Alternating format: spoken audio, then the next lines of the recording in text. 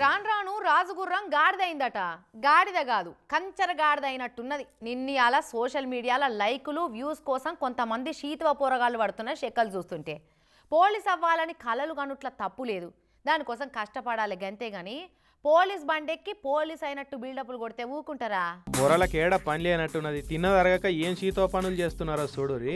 నాగర్ కర్నూలు జిల్లా ఆమ్రాబాద్ మండలం ఈగలపేట కాడ ఉండే కొంతమంది పొరగాళ్ళు పోలీస్ కారును పట్టుకొని పోయి రీల్స్ తీసుకుంటే ఇగో ఇట్లా కోతి కథలు పడ్డారు. ఇంకేం దొరకనట్టు ఛాయ గిలాస చుట్టూ ఈగలు వాలినట్టు పోరలకు పోలీస్ కారు కనబడంగానే ఈగలు మోపైనట్టు మోపారు దాని చుట్టూ. ఈ పోరగాళ్లకు ఎస్ఐ చుట్టమవుతాడట. అందుకేనేమో పోరగాళ్ళు పోలీస్ కారు వేసుకొని పోతుంటే గమ్మతికి తీసుకపోతురని ఎస్ఐ కూడా ఏం అననట్టు.